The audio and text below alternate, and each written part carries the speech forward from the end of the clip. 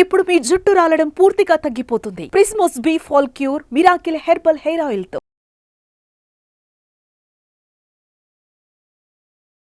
నమస్తే, welcome to Suman TV. Constipation అంటే మలబద్ధకం.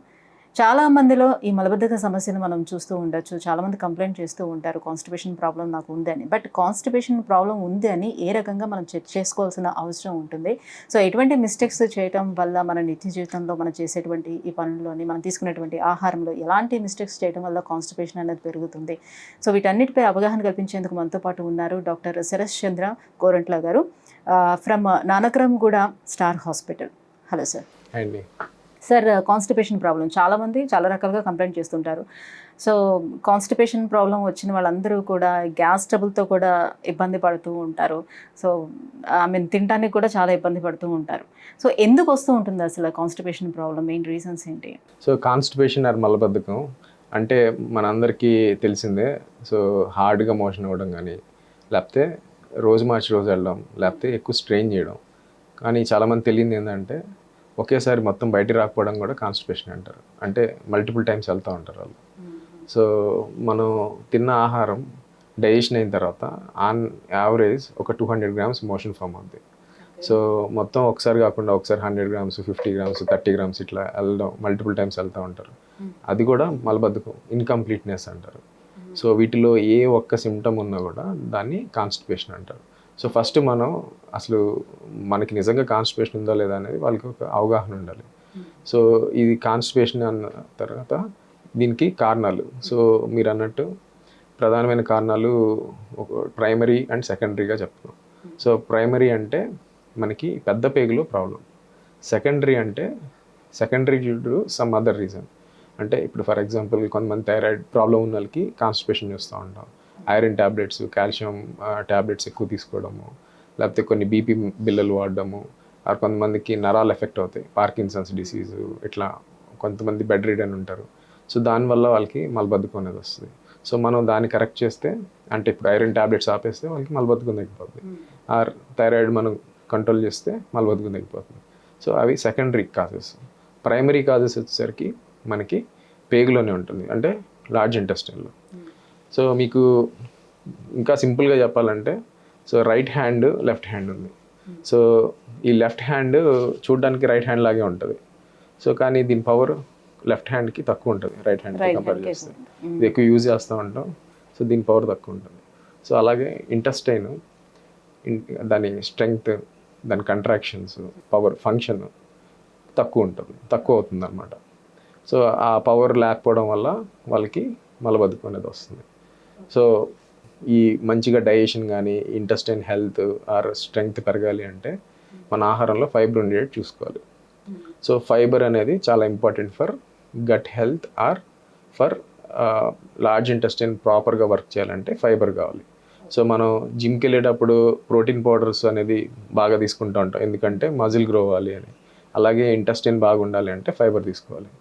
సో ఎక్కువ మంది ఈ జిమ్ గోయర్స్, లేకపోతే బాడీ బిల్డింగ్ చేసేవాళ్ళు, ఎస్పెషల్లీ యూత్, వీళ్ళకి ఎక్కువ నాన్ వెజ్ తింటూ ఉంటారు. నాన్ వెజ్లో అసలు జీరో ఫైబర్ ఉంటుంది. ప్రోటీన్ కోసం అని నాన్ వెజ్, ప్రోటీన్ అని చెప్పేసి మన హెల్త్ మజిల్ కోసం అని చెప్పి తీసుకుంటాం. సో ఎంత నాన్ వెజ్ తింటే అంత ఫైబర్ ఉండదు, అంత ఎక్కువ మలబద్ధకం ఫేస్ చేస్తారు. Because milk, chicken, mutton, fish, prawns, any non vegetarian food no fibre. అంటే వాళ్ళు ప్రోటీన్ తీసుకున్నా కూడా ఎక్కువ ఎక్సర్సైజ్ చేస్తారు కదా, మరి దానివల్ల వాటర్ కంటెంట్ కూడా తీసుకుంటారు కదా, అయినా కూడా ఉంటుందా? యా, సో మనకి బాడీలో 3 types ఆఫ్ మజిల్స్ ఉంటాయండి: skeleton, heart muscle and smooth muscle అని. మన intestine is made by smooth muscle. So ఈ ఇంటెస్టైన్ స్మూత్ మజిల్ బాగుండాలంటే ఫైబర్ తీసుకోవాలి. ఎలాగైతే మనకి ఈ స్కెలిటల్ మజిల్ అంటే ఈ కండరాలు బాగా పెరగాలంటే ప్రోటీన్ తీసుకున్నట్టు. సో ఓన్లీ ప్రోటీన్ తీసుకోవడం వల్ల ఈ స్మూత్ మజిల్ ఎఫెక్ట్ అవుతాయి.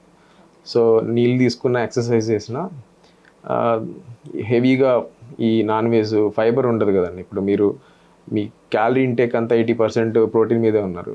సో దాంట్లో ఫైబర్ లేదు. సో ఇంకేమైపోతుంది? సో ఇంటెస్టైన్ చాలా కష్టపడాల్సి వస్తుంది అది డైజెషన్ చేసి బయటికి పంపించడానికి. సో ఫైబర్ ఉంటే ఏంటంటే it will form bulk of the motion and ఫ్రీగా మనం పాస్ చేయగలుగుతాం. సో ఫైబర్ అనేది చాలా ఇంపార్టెంట్. ఎక్కువ నాన్ వెజ్, ఎక్కువ ప్రోటీన్ పౌడర్స్ ఇలాగ తీసుకునే వాళ్ళకి ఎక్కువ చూస్తూ ఉంటాం. ఇలాగే కాకుండా చాలామందికి ఫిజియలాజికల్గా కూడా, అంటే ప్రెగ్నెన్సీలో బికాస్ ఆఫ్ హార్మోనల్ ప్రాబ్లమ్స్ వాళ్ళు కూడా కాన్స్టిపేషన్ అనేది ఫేస్ చేస్తూ ఉంటారు. సో ఇలాగే ఇందాక అనుకున్నట్టు various secondary reasons. So primary reasons వచ్చేసరికి సెడెంటరీ లైఫ్ స్టైల్. ఎక్కువ మంది కదలకుండా ఒకే దగ్గర కూర్చుంటున్నారు. డెస్క్టాప్ జాబ్స్, కౌచ్ పొటాటోస్, అంటే ఒకే దగ్గర కూర్చొని టీవీ చూడడం ఇట్లాంటి. సో ఇవన్నీ వల్ల కూడా మనకి ఇంటెస్టైన్ మొటిలిటీ అనేది తగ్గిపోతుంది. మీరు ఎంత యాక్టివ్గా ఉంటే, మీరు అన్నట్టు జిమ్ చేస్తూ ఉంటే ఇంటెస్టైన్స్ కూడా మూవ్ అవుతాయి. రెండోది వాటర్ ఏంటంటే మెయిన్ మిత్. సో వాటర్ది అయితే మోషన్ ఫ్రీగా అవుద్ది. సో అది కొంతవరకు నిజం. ఎంతవరకు అంటే, మీరు if you are really dehydration వల్ల కాన్స్టిపేషన్ వస్తే అది హెల్ప్ అవుతుంది. కానీ మీరు నార్మల్గా హైడ్రేషన్లో ఉన్నప్పుడు ఎక్స్ట్రా వాటర్ తీసుకోవడం వల్ల మోషన్కి ఫ్రీగా అవ్వడం అనేది జరగదు. సో చాలామంది 4 లీటర్లు 6 లీటర్లు తాగుతూ ఉంటారు మోషన్ అవ్వట్లేదు అని చెప్పేసి. సో దానివల్ల పెద్ద ఉపయోగం ఉండదు. ఇన్ఫ్యాక్ట్ మీరు గంటకి లీటర్ కంటే ఎక్కువ తాగితే మీ కిడ్నీస్ మీద ఎక్కువ లోడ్ అవుతుంది. సో అది ఓవర్గా హైడ్రేట్ చేయొద్దు. పర్ డేలో అసలు యాక్చువల్లీ ఎన్నిసార్లు మనం మోషన్కి పోతే హెల్తీగా ఉన్నట్టుగా, అండ్ స్టూల్ అనేది ఎలా ఉండాలి? సో ఇంటర్నేషనల్ స్టాండర్డ్స్ ప్రకారం మాట్లాడుకుంటే పర్ డే 3 times నుంచి పర్ వీక్ 3 times వరకు నార్మల్ అని చెప్తారు వాళ్ళు. పర్ డే 3 times, రోజుకి 3 సార్లు నుంచి వారానికి 3 సార్లు వెళ్ళడం వరకు నార్మల్ అనే చెప్తారు. సో మన ఇండియన్స్లో అలా ఉండదు. ఒకరు రాకపోతేనే వాడు చాలా గందరగోళం ఫీల్ అయిపోతాడు. సో అది international standard. Normal bowl moment అంటే ఇంతవరకు నార్మల్ బౌల్ మూమెంట్ అంటారు. వారానికి 3 సార్లు కంటే తక్కువ బౌల్ మూమెంట్ ఉంటేనే వాళ్ళు కాన్స్టిపేషన్ అంటారు. సో మనకి అలా కాదు. మనకి ఇందాక అనుకున్నట్టు ఆ 4 ఏ ఒక్కటి ఫుల్ఫిల్ అయినా, అంటే ఎక్సెస్ స్ట్రెయిన్ చేయాల్సి వచ్చినా, హార్డ్గా అవుతున్నా, ఆర్ ఇన్కంప్లీట్ ఫీలింగ్ ఉన్నా, ఇట్లా ఏదున్నా కూడా మనం కాన్స్టిపేషన్ అనే పరిగణలో తీసుకుంటాం. సో లాంగ్ టర్మ్ నుంచి వాళ్ళు కాన్స్టిపేషన్ తోటి సఫర్ అవుతున్నారు అని అంటే, దాని మూలంగా వాళ్ళకి పేగు క్యాన్సర్ వచ్చే ఛాన్స్ ఏమైనా ఉంటుందా? అసలు దానికి అసలు సంబంధమే లేదండి. సో లాంగ్ టర్మ్గా కాన్స్టిపేషన్ ఉంటే పేగ్ క్యాన్సర్కి ఇది జస్ట్ ఒక మిత్ ఆర్ భయం. సో చాలామందికి ఈ భయం ఉంటుంది. సో ఇది ఎలా వస్తుంది అంటే, చాలా రోజుల నుంచి ఇంటెస్టైన్ ప్రాబ్లంతో బాధపడుతున్నాను కదా, మోషన్ సరిగ్గా అవ్వట్లేదు. సో వాళ్ళు క్యూరియాసిటీ కోసం ఇంటర్నెట్ చూస్తారు. దాంట్లో ఫైనల్గా ఎక్కడో అల్సరో క్యాన్సరో కనపడుతుంది. సో దానికి వాళ్ళు కోరిలేట్ చేసుకొని భయపడుతూ ఉంటారు. సో ఇన్ఫ్యాక్ట్ క్యాన్సర్ వచ్చిన తర్వాత మనకి కాన్స్టిపేషన్ రావచ్చు, కానీ కాన్స్టిపేషన్ వల్ల క్యాన్సర్ రాదు. సో మనం ఎప్పుడు క్యాన్సర్ సస్పెక్ట్ చేయాలంటే recent change in bowl habits అంటారు. అంటే వాళ్ళకి అప్పటి వరకు పర్ఫెక్ట్గా మోషన్ అవుతాం, ఎప్పుడు ఎలాంటి ఇబ్బంది లేకుండా, రీసెంట్గా ఒక 3 నెలల నుంచి 6 నెలల నుంచి మలబద్ధకం ఫేస్ చేయడము, లేకపోతే మలబద్ధకం ఉన్న వాళ్ళకి డయేరియా అవ్వడము, డయేరియా ఉన్న వాళ్ళకి మలబద్ధకం రావడము, ఇట్లాంటి ఆల్టర్డ్ బౌల్ హ్యాబిట్స్ ఉంటే అప్పుడు వీ హ్యావ్ టు సస్పెక్ట్. అంతేగాని constipation is not directly related to cancer. So కాన్స్టిపేషన్తో వచ్చే ప్రాబ్లమ్స్ ఏముంటాయి దానికి రిలేటెడ్గా? సో కాన్స్టిపేషన్ అంటే ఇంకా మీకు ఈజీ అండ్ అర్థమయ్యే చెప్పాలంటే, ఇది అన్లోడింగ్ బాగాలేదు. సో కాన్స్టిపేషన్ అంటే అన్లోడింగ్ బాగాలేదు. సో లోడ్ సరిగ్గా వెళ్ళకపోతే సో మీరు లోడ్ చేసుకోలేరు, అంటే సరిగ్గా తినలేరు. సో పొట్ట హెవీగా ఫీల్ అవుతూ ఉంటారు. సో ఫుడ్ సరిగ్గా తినలేరు, ఆకలి అవ్వదు. సో దే ఫీల్ లిథార్జిక్, అంటే ఎనర్జీ లేనట్టు ఫీల్ అవుతూ ఉంటారు. అండ్ ఇవన్నీ కూడా ఉంటాయి. అండ్ సెకండ్, మలబద్ధకం వల్ల మనకి మెయిన్గా ఫేస్ చేసేది యానరెక్టల్ ప్రాబ్లమ్స్ అండి. సో ఒకటి వచ్చేసరికి పైల్స్.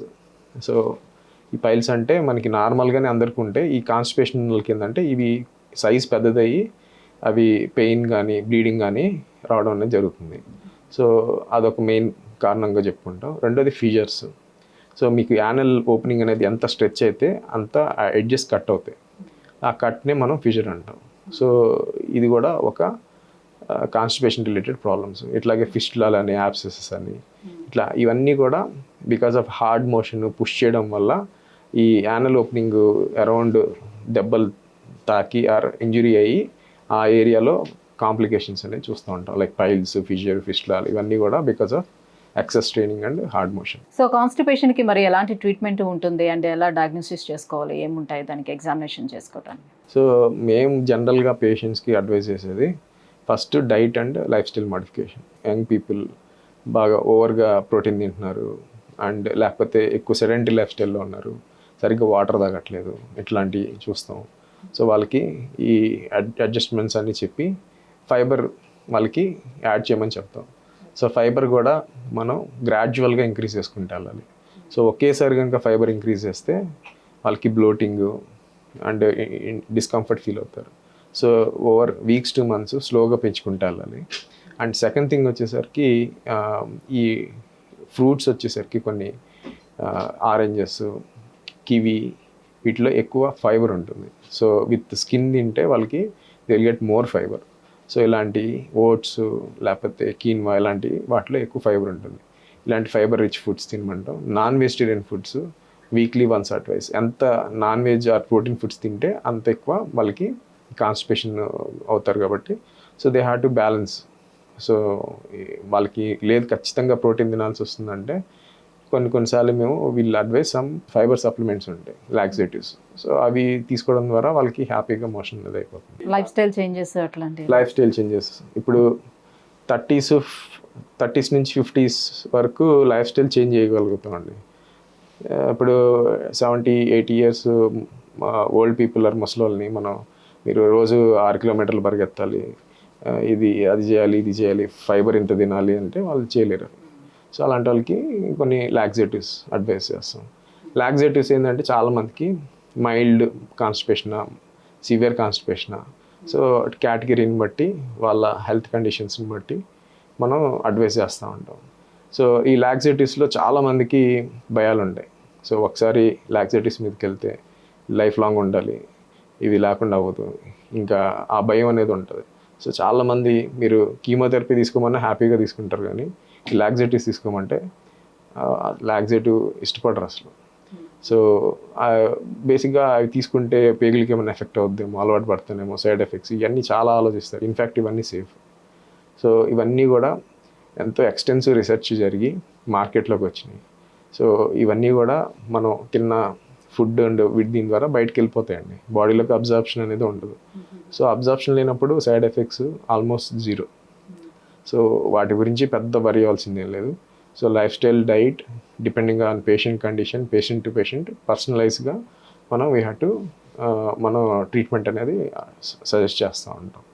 సో దాంట్లో కూడా చాలా వెరైటీస్ ఆఫ్ మెడిసిన్స్ ఉంటాయి. స్టిమ్యులెంట్ లాక్సేటివ్స్ అని, బల్క్ లాక్సేటివ్స్ అని, ఆస్మోటిక్ లాక్సేటివ్స్ అని, ఇట్లా చాలా కేటగిరీస్ ఉంటాయి. చాలా ఉన్నాయి అసలు. ఇప్పుడు రీసెంట్గానే చాలా మెడిసిన్స్ వచ్చేసినాయి అనమాట. So even very severe constipations కూడా ఇప్పుడు హ్యాపీగా they are having good motion. కానీ కొంతమందిలో ఒక భయం ఉంటుంది సార్. లైక్ ఇప్పుడు నేను మెడికేషన్కి అలవాటు పడిపోయాను అని అనుకుంటే ఇంకా అది తీసుకుంటే తప్పితే కానీ నాకు నార్మల్గా ఫ్రీగా మోషన్ అనేది జరగదు, ఇట్లా అని అనుకుంటూ ఉంటారు. అది ఎంతవరకు నిజం? ఇప్పుడు బీపీ వచ్చింది, బీపీ మెడిసిన్ వాడితే కంట్రోల్లోకి వస్తుందా, లేకపోతే కొన్ని రోజులు వాడి ఆపేస్తామా? అంటే లైఫ్ లాంగ్ కాదు, ఇట్ ఈస్ నీడ్. ఎందుకంటే మీరు బీపీ మెడిసిన్ వాడకపోతే మీకు పెద్ద ప్రాబ్లమ్స్ వస్తాయి. అంటే స్ట్రోక్, హార్ట్ అటాక్ లాంటి పెద్ద పెద్ద ప్రాబ్లమ్స్ వస్తాయి. కాబట్టి బీపీని కంట్రోల్లో పెట్టుకోవాలి. కిడ్నీలు, కళ్ళు అన్నీ ఎఫెక్ట్ అవుతాయి బీపీ కంట్రోల్ లేకపోతే, రైట్? సో అట్లాగే ఈ మలబద్ధకం ఎందుకు వస్తుంది? ఓల్డ్ ఏజ్ పీపుల్లో వస్తుంది. బికాజ్ మన స్కిన్ ల్యాక్స్ అయిపోతుంది విత్ ఏజ్, స్కిన్ టెన్షన్ ఉండదు, మజిల్స్ వీక్ అయిపోతాయి. అలాగే పేగులు కూడా కొంత వీక్ అవుతాయి. మీరు యంగ్ పీపుల్ తిన్నంత ప్రోటీన్, ఫైబర్ తినలేరు, అంత ఫిజికల్ యాక్టివిటీ ఉండదు, ఫుడ్ ఇవన్నీ మల్టిపుల్ మెడికేషన్స్ మీద ఉంటారు. ఇవన్నీ కూడా it will effect your gut motility. So అలాంటి వాళ్ళకి ఈ safe and effective medicines side effects లేని తీసుకోవడం వల్ల ప్రాబ్లం ఏమి ఉండదు. సో భయపడాల్సిన అవసరం లేదు. సో అనవసరంగా భయపడి వాడకుండా ఎక్కువ ప్రాబ్లం ఫేస్ చేస్తూ ఉంటారు. సింపుల్ ప్రాబ్లమ్ని చాలా కాంప్లెక్స్ అయిపోతూ ఉంటాయి. Right, thank you so much sir. So constipation రావడానికి అసలు మెయిన్ రీజన్స్ ఏంటి, సో ఆ కాజెస్ మీరు ఎట్లా ట్రీట్ చేస్తారు, ఈ విషయాలన్నీ కూడా తెలియజేసినందుకు థ్యాంక్ యూ. రైట్.